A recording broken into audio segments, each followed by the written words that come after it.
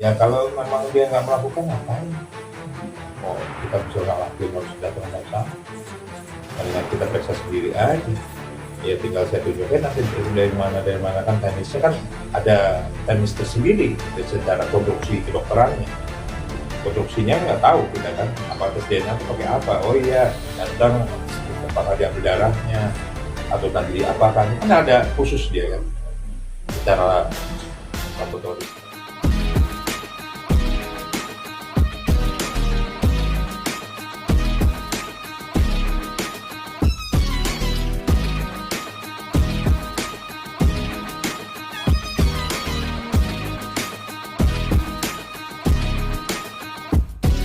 Nikah seorang Ridwan Kamil di mata Abang gimana? Ya kita kan harus ada praduga tak bersalah. Jangan kita mendengar atau memposisikan bahwa RK ini bersalah. Kita ada praduga tak bersalah. Kita lihat dulu dalam secara konstelasi hukumnya apakah nantinya akan terjadi konflik-konflik yang mungkin masuk ke dalam ranah pidana. Oke. Kalau misalkan terjadinya ada suatu mediasi, terus lalu tidak ada laporan, siapa yang mau laporin? Kan seorang yang dirugi kan? Oke. Berarti ya selesai. Nah, kita, kalau saya melihat sosok RK adalah sosok yang ya, salah satunya juga saya kagumin ya, pintar, religius, humanis gitu ya. Tetapi apabila memang terjadi adanya suatu kejadian peristiwa itu benar, maka ya saya rasa harus juga punya argumentasi juga. Kenapa bisa terhadap sedemikian? Karena kan ada versi lain lagi kan sekarang bahwa itu bukan terjadi karena hubungannya RK, tapi pernah ada terjadi hubungan dengan pihak laki-laki yang lain. Karena perlu ada suatu pembuktian saat hukum. Pembuktiannya dengan apa? Harus memberanikan dengan tes DNA. DNA ini kan jelas bahwa membuktikan hasil daripada apakah ada relevansinya hubungan hukum, ya kan? Bahwa memang bapaknya si Jabang Bayi itu si RK atau bukan? Kalau bukan, berarti ada beberapa konsekuensi juga si pihak tadi ya, baik pihak pelapor misalnya gitu yang nanti melaporkan atau pihak yang merasa bahwa ini ada pencemaran nama baik atau bukan gitu.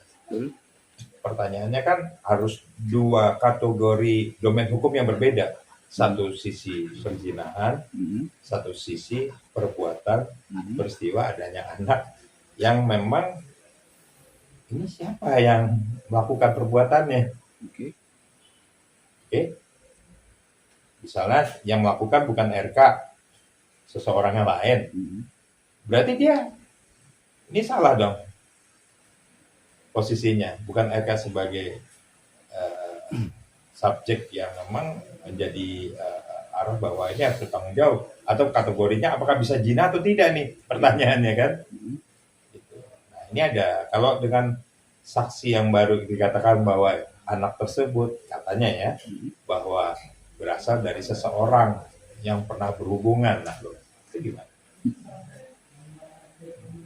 Bang, ini kan kalau tadi abang bilang kan dalam pencemaran nama baik, yang pasti perbuatan tidak menyenangkan bagi Pak RK jika memang itu tidak betul ya bang. Ini kan pasalnya kan di 310, 311 ya bang ya. Itu kan cukup ringan ya bang, tapi kan hancur sudah masa depan seseorang, hancur mati juga, dimatikan juga apa sih namanya? Karirnya, nama baiknya itu. Kayak terlalu ada hukum yang lain nggak bang? Kita masukkan ke ITE-nya dia. Kalau Undang-Undang 11 2008 masuk. Undang ITE 11 2008 dan verifikasi yang 2006 masuknya pencemaran. Kalau pasal 310 311 kan pencemaran, ya kan, fitnah, ya kan, perbuatan tidak dikenang 335 310 311 itu kan. Itu kan ancamannya 2 tahun gitu kan. Tetapi kalau masuk Undang-Undang ITE 11/28 tadi bisa masuk. Itu ancaman hukumannya Bang? Ya bisa 5 tahun ya, maksimal gitu. Nah, artinya bahwa sekarang nama baik itu kan harkatnya besar sekali karena memposisikan sebagai seorang pejabat, mantan pejabat, ya, public figure boleh dibilang. Nah, ketika positioningnya dia merasa bahwa ini ada marwah yang dicemarkan, itu akan bisa berbalik. Tetapi saya lihat juga ada pembuktian, apakah betul atau tidak, secara WA ada bargaining, positioning, kamu begini, aku begini. Tapi itu pertanyaannya, apakah itu dilakukan oleh RK, atau orangnya RK, atau PH-nya RK, saya nggak tahu. Tapi kan pertanyaannya Bang, dari RK sendiri atau lawyer sendiri bilang bahwa memang pernah ketemu 1 kali. Itu pun juga konteksnya membantu seorang LM itu untuk biaya sekolah. 4 tahun berlalu dan akhirnya dia membongkar aib seorang diduga perselingkuhan Ridwan Kamil sama si Lina itu gimana Bang? Karena kan dia merasa pernah ketemu Bang. Kita menganggap ya dugaan kan awalnya dia menjabat gitu loh Bang. Pernah bertemu atau pernah berzina beda betul. Beda. Kalau pernah ketemu siapapun bisa ketemu. Kan belum ada pengakuan bahwa saya pernah berhubungan badan yang dibuktikan. Pernah bertemu. Pernah bertemu kan beda sama berhubungan badan. Ada nggak pengakuan berhubungan badan? Ada. Tapi kan keluar dari WA itu sampai transaksi hotel dengan kalau nggak juga 700.000 lah, atau itu kan bukan bukti kuat Bang, maksudnya untuk membuktikan. Apakah juga pertanyaannya di hotel itu melakukan apa? Itu kan harus dalam suatu diskresi itu ya. Itu harus dibuktikan dengan fakta dan peristiwa dan saksi. Jadi masuk kita, kenapa kita prejudis? Kita jangan sampai mengkategorikan gitu. Sesuatu apa yang disampaikan ini menjadi salah satu penggiringan opini. Oke. Tapi jangan sampai kita mengkategorikan, maaf ya, oh dia nih salah nih, misalnya oh dia bakal pasti zina, belum tentu ketemu di hotel pasti berzina, belum tentu juga ketemu sekali langsung berzina, kecuali ada transaksional yang dibuktikan. Apa transaksionalnya? Masuk, dibayar, ketahuan, ada saksi, maaf ya, bisa panjang itu lah. Ini panjang perjalanannya sih. Bang, abang nggak sih bahwa mungkin nggak ya sebagai orang yang tadi abang idolakan ya, kita tahu bagaimana Pak RK ya, jadi family man, nice segala macam. Abang nggak sih bahwa memang ini ada unsur kesengajaan untuk menjatuhkan atau bahkan ini isu ini untuk menutupi isu yang lain gitu? Dari kacamata politik, menurut saya bisa saja make up politik itu selalu gimmick kan ada ya, make up politik, gimmick politik gitu ya, untuk menjatuhkan lawan itu selalu ada. Dan kita tahu bahwa beliau kan lagi di sasaran tembak untuk KPK kan. Nah, kita nggak tahu nih siapa yang membangun opini-opini itu untuk malah menajamkan proyeksi dari pihak KPK, kita nggak tahu. Saya sih sama beliau nggak begitu kenal banget. Dan saya cuma bukan apa ya, saya melihat beliau sebagai anak bangsa punya potensi besar untuk memimpin. Gitu ya.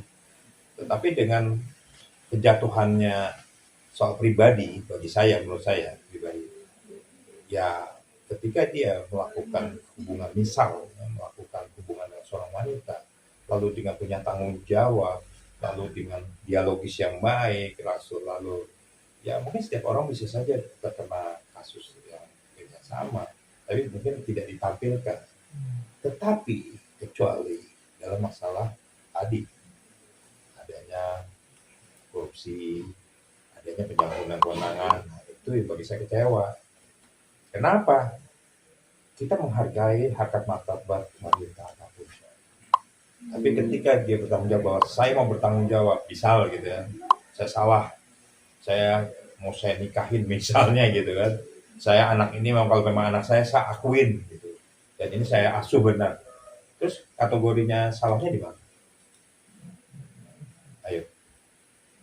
Kalau bisa itu menjadi, oh enggak, saya mau melaporkan karena waktu itu saya diperkosa.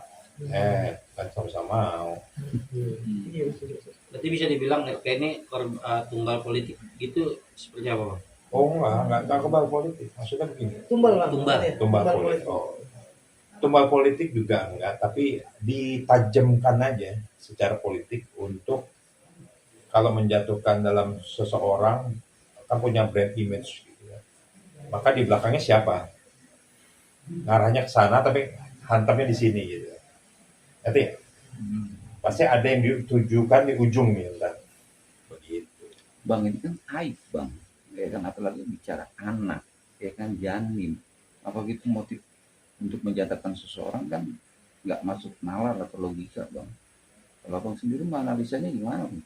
Kalau misalnya memang anak beliau dan beliau mengakui bahwa itu memang saya punya anak saya dan saya bertanggung jawab, saya asuh, ya kan? Terus sekarang kesalahannya di mana? Gitu. Mau laporannya kemana? Ya, Gitu. Tetapi kalau memang PSDNA-nya anaknya beliau lalu beliau tidak mengakui, berarti berani berbuat melawan hukum dong. Berarti merendahkan hak martabat wanita tuh. Lalu tidak menentukan posisi yang benar itu, jadi dia harus siap menerima resiko. tapi kan awalnya kalau nggak salah LM sendiri malah menantang untuk tes DNA, tapi berbalik, ya kan, sekarang RK itu siap untuk tes DNA, tapi berbalik lagi bahwa LM malah memundurkan diri untuk niat tes DNA. Gimana? Ya tadi saya bilang, siapa yang menanam, siapa yang menuai hasil. Jangan orang gonggong dulu, gonggong, kan? Tapi berbalik, padahal yang gonggong itu dia harus tahu sadar diri. Saya bukan mengatakan bahwa anak ini anak siapa ya, tidak tahu. Tapi ketika peristiwa hukumnya bukan dilakukan oleh RK, orang lain, oh sasaran tembak salah. Dia akan berbalik. Betul. Atau ini abang lihat bahwa ini endingnya lah nggak jauh ya uang. Saya tidak mengatakan begitu, tapi sebaiknya nih kasus yang demikian ini disisihkan dengan baik, dengan musyawarah. Karena bagaimanapun kita harus menghargai seorang wanita, apapun perempuan. Bang, mungkin akhir dari ini apa memang titik akhir harus DNA juga bang? Ujung dari permasalahan ini pada poin. Kan tes DNA ini kan tergantung dari kesepakatan kedua belah pihak. Kalau satu pihak yang mau gimana? Bisa nggak? Itulah perintah pengadilan. Tapi bang, pihak perempuannya juga kan nggak mau kalau rekomendasi rumah sakit dari pihak laki karena takut ada main di belakang. Itu kan tadi saya sampaikan tadi harus kedua belah pihak kan. Kalau cuma satu pihak nggak habis. Saling nggak percaya. Mau rumah sakit laki, oh enggak. Rumah sakit perempuan, oh enggak. Nah, maunya kesepakatan kan. Udah sepakatan, itu kelihatan, berarti jalan. Kalau nggak ada sepakatan, ya paling putus setengah jalan. Terus setengah jalan, sudah beritanya hilang. Bang, Tapi kan juga ada video shoot milik perempuan ini yang beredar. Sedang berhubungan intim dengan laki-laki lain. Apa ini juga bisa dijadikan menutupi ini gitu bang? Jadi kayak seakan-akan pihak laki ini yang dituduhkan mengeluarkan ini supaya ini bukan anak gue, orang dia sama siapa aja kok. Ini dibangun stigma namanya. Stigma seseorang yang pernah, misalnya gini ya, maaf, stigma ini dibangun bahwa apa yang dilakukan kebiasaan orang ini seperti ini.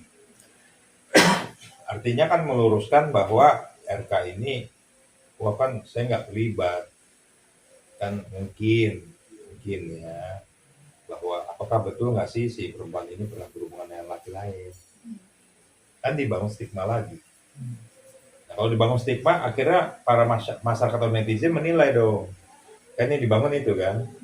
Ini kan adalah sekarang lagi ada perang bukti. Perang bukti ini akhirnya menjadi asumsi. Nah kalau asumsinya memang menyatakan bahwa RK salah atau tidak, bukan di kita, pandangan kita. Kita belum tentu benar, tapi silakan pendengar, silakan masyarakat, silakan netizen yang akan menilai. Kan begitu kan? Nah, ketika dia baru melaporkan deliknya, nah baru di situ baru kita menganalisa secara komprehensif, secara apa diskresi, secara nanti ada dalam proses klarifikasi, penyidikan, dan semua tahapan ini. Iya, Bang, mungkin untuk meluruskan sedikit Bang tentang Lisa yang kabarnya kan ini tidak mau atau setelah RK ingin tes DNA, tetapi Lisa dikabarkan mundur. Nah, mungkin dari keinginan Lisa sendiri ini dia pengen kalau RK itu juga hadir saat tes DNA. Apakah memang untuk tes DNA itu kedua belah pihak itu memang harus hadir juga atau gimana, Bang? Nggak perlu. Tes DNA itu kan bisa dilakukan dengan dia seorang laki-laki ditunjuk nanti ke dokter atau rumah sakit yang ditunjuk ya. Lalu hasil dari nanti kan diperiksa secara secara anatomi oleh pihak rumah sakit atau dokter gitu ya. Ya bisa ngambil dari spermanya bisa, dari apanya bisa, dari darahnya bisa. Kan itu kan nanti secara teknikalnya beda. Nggak perlu orangnya perlu hadir. Nggak perlu. Karena biasa tes DNA itu ditunjuk di rumah sakit, dirujuk. Lalu ya itu nggak mungkin sama-sama dong. Kecuali memang gentle gitu ya. Ayo kita sama-sama. Kan nggak mungkin. Tapi itu bisa diambil secara apabila mau tes DNA dari darah dan dari sperma. Berarti mungkin bisa dibilang RK ini tidak gentle Bang untuk mungkin bisa menghadapi secara langsung. Ya kalau memang dia nggak melakukan ngapain? Oh kita bisa nggak lakuin harus datang nggak usah. Mendingan kita periksa sendiri aja. Ya tinggal saya tunjukin nanti dari mana kan teknisnya kan ada teknis tersendiri secara konstruksi kedokterannya. Konstruksinya nggak tahu kita kan apa tes DNA itu pakai apa. Oh iya datang apakah diambil darahnya atau nanti diapakan kan ada khusus dia kan secara laboratorisnya. Bang, secara stigma abang bilang tadi, ini kan bergulir 4 tahun yang lalu ya bang. Apakah dugaan saat menjabat duit lancar dan momennya saat ya banyak masalah musibah, duit tidak lancar dan akhirnya dia minta pertanggungjawaban hak untuk pengakuan dan berbalik hak atau uang bang? Gini, beliau ini kan lagi dibidik ya oleh KPK. Iya. Berarti kalau sudah di dalam prosesnya di KPK, aset Ya. dan uang mungkin ya sebagainya pasti bisa jadi ya diblokir. Berarti pemasukannya nggak seperti dahulu ya. Betul. Berarti arusnya kan nggak lancar. Nah bisa saja terjadi memang tidak ada yang bisa memberikan kontribusi karena kerannya ditutup. Nah ngamuk ini keran ditutup, ngeong-ngeong misalnya gitu kan. Ya namanya keran ditutup semuanya oleh misalnya ya ini KPK mau apa? Kecuali hidup lagi tenang, lagi mewah, lagi hedon, terus tiba-tiba nggak mau ngasih. Nah tapi kan ngasih ini apakah dasarnya juga ada apa? Itu kan nanti kan akan bisa dibuktikan oleh pengacara atau fakta-fakta tersebut. Loh, Tapi kan dia itu kadang berkeluarga, ya kan, dan punya istri. Untuk istrinya sendiri ada langkah-langkah nggak sih bang untuk menyelesaikan masalah ini? Apa dia juga ada tujuan untuk melaporkan inisial M atau gimana bang? kita lihat aja nanti ya. Kalau memang dari sananya mungkin lebih proaktif untuk menyudut ya, bukan tidak mungkin ya. Istri Eka juga bisa melaporkan. Tapi melaporkan kan juga ada efek domino juga. Maksudnya kan perhitungan banget. Apakah ini kasus perlu dibangun, diangkat atau enggak, itu udah perhitungan banget gitu sama istrinya. Tapi dukungan harus nggak sih bang dengan kondisi yang kita anggap suami yang dulu mesra, ya kan, siapa sih nggak kenal Ridwan Kamil sama Atalia itu bang, dan akhirnya punya musibah. Apakah keluarga atau suami atau istri itu mendukung sampai ini selesai bang? Harusnya. Kalau kita melihat dari kehidupan rumah tangga ya, biasanya seorang suami yang sedang jatuh itu seorang istri biasanya malah menguatkan. Artinya mendukung apapun keputusan suami. Kalau dalam hal ini saya rasa kan seorang istrinya RK ini kan orang cerdas, ya, orang pintar, religius juga gitu ya, dan sayang sama keluarga. Pasti dia akan memprotek dan akan mendukung apapun untuk posisi suami. Saya yakin. Oke bang, dari sisi hukum siapa aja sih bang yang boleh melaporkan, katakanlah istrinya adalah orang yang juga ikut dirugikan atas pemberitaan ini, anaknya pun dirugikan, keluarga besar. Ini kalau dari sisi hukum siapa aja sih bang yang boleh melaporkan si perempuan ini bang? Gitu. Kalau dari sisi hukum ya bang ya, gitu, yang punya hak untuk melaporkan. Kan di dalam Undang-Undang Pasal 411 sifatnya absolut. Kalau dulu Undang-Undang 284 relatif. Artinya relatif itu orang tertentu aja ya pasangan. Kalau sekarang bisa orang yang berhubungan hukum, baik anak maupun